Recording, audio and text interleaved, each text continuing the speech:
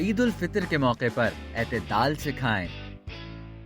عید الفطر مسلمانوں کا ایک اہم مذہبی تہوار ہے جسے رمضان المبارک کا بابرکت مہینہ ختم ہونے پر یکم شوال کو منایا جاتا ہے۔ یہ پروردگار کی جانب سے روزے داروں کے لیے ایک انعام ہے۔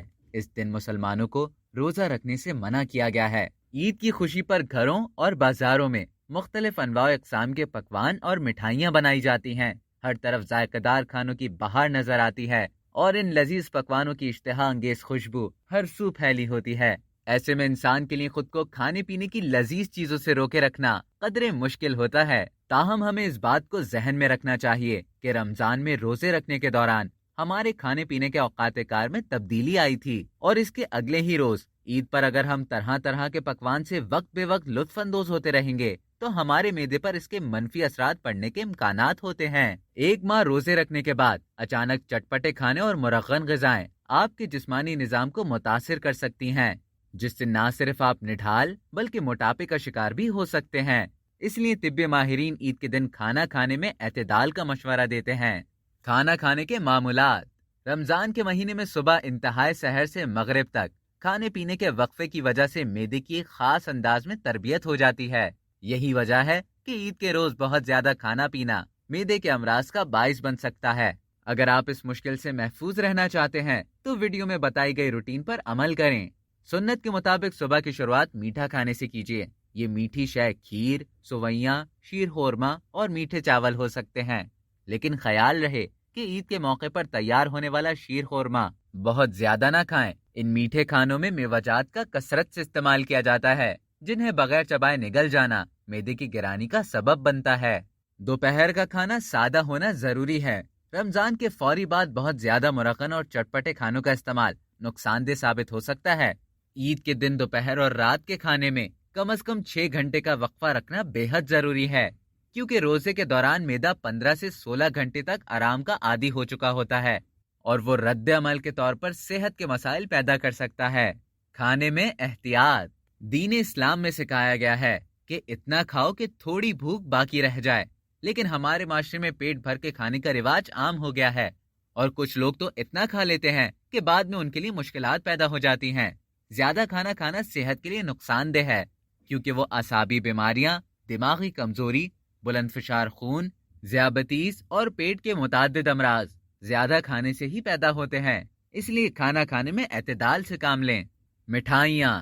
عید کے تینوں روز اپنے گھر یا کسی کے ہاں جانے پر مٹھائیاں اور دیگر میٹھی اشیاء کھائی جاتی ہیں۔ میٹھے کی زیادتی بھی صحت پر منفی اثرات مرتب کرتی ہے۔ عید پر عام دنوں کے مقابلے میں زیادہ کیلوریز استعمال کرنے سے معدے میں تیزابیت کی بھی شکایت ہو جاتی ہے۔ چٹپٹے کھانے۔ عید کے موقع پر چٹپٹے کھانے کھانے کا رواج عام ہے۔ طبی ماہرین کے مطابق صبح کے وقت کچوریوں، پراٹھے، حلوہ پوری سے ناشتہ، جبکہ دوپہر اور رات کے اوقات میں لذیذ کھانے کھانا معدے پر شدید دباؤ ڈالتا ہے، جس سے پیٹ خراب ہونے کا خدشہ رہتا ہے۔ اس لیے عید کے موقع پر ان کھانوں کے استعمال میں احتیاط برتنی چاہیے۔ بلند فشار خون اور ذیابیطس کے مریضوں کو عید کے چٹپٹے کھانوں کے زائد استعمال سے گریز کرنا چاہیے۔ Soft drink. طبی ماہرین کے مطابق عید کے موقع پر لوگ بد پرہیزی کرتے ہوئے زیادہ میٹھی، مرغن اور کولیسٹرول سے بھرپور غذاؤں کا استعمال کرتے ہیں۔ کولیسٹرول والے کھانے کھانے کے بعد سافٹ ڈرنک کا استعمال کافی نقصان دہ ہوتا ہے، اس لیے کوشش کریں کہ عید الفطر پر کھانے کے ساتھ ساتھ سافٹ ڈرنک کے استعمال میں بھی احتیاط برتی جائے۔ ضرورت سے زیادہ ٹھنڈے پانی اور برف کے استعمال سے بھی پرہیز کریں۔ پھل اور سبزیاں۔ عید پر مرغن غذائیں کھانے کے ساتھ پھلوں اور سبزیوں کا بھی استعمال کریں۔ پھلوں اور سبزیوں میں موجود پانی اور فائبر پیاس بجھانے کے ساتھ پیٹ بھرے ہونے کا احساس دلاتے ہیں۔ پھلوں میں موجود مٹھاس ہمارے جسم میں چینی کے لیے پائی جانے والی طلب کو پورا کرتی ہے۔ پھلوں کے استعمال سے آپ اتنا زیادہ میٹھا نہیں کھاتے جو وزن بڑھانے کا سبب بن جائے۔ کھانے سے قبل پانی پینا۔ اگر آپ چاہتے ہیں کہ عید پر بد ہضمی اور بد پرہیزی جیسے مسائل سے آپ بچے رہیں تو کھانے سے پہلے 2 گلاس پانی پئیں۔ پانی کے یہ 2 گلاس آپ کو کھانے کے دوران کم کیلوریز لینے میں مدد دیں گے، اور یہ بڑھتی خوراک میں کمی لانے کا بھی بہترین طریقہ ہے۔ ورزش۔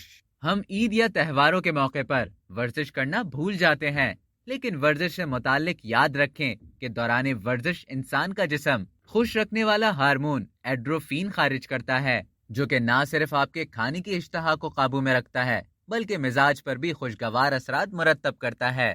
تو یہ تھی وہ احتیاطیں جو آپ کو عید کے موقع پر کرنی چاہیے تاکہ آپ اپنی عید کو خوشگوار اور صحت مند گزار سکیں۔ لیکن یہاں ایک بات ذہن میں رہے، ذیابیطیز، بلند فشار خون اور امراض قلب کے مریض عید پر مرغن اور میٹھی اشیاء کھانے کے حوالے سے اپنے مولد سے لازمی رجوع کریں۔ اب تک کے لیے اتنا ہی۔ صحت سے متعلق مزید معلومات حاصل کرنے کے لیے ڈیلی چنک کو سبسکرائب کریں اور بیل آئیکن پر کلک کریں تاکہ تازہ ترین ویڈیوز کا نوٹیفیکیشن آپ کو بروقت موصول ہو۔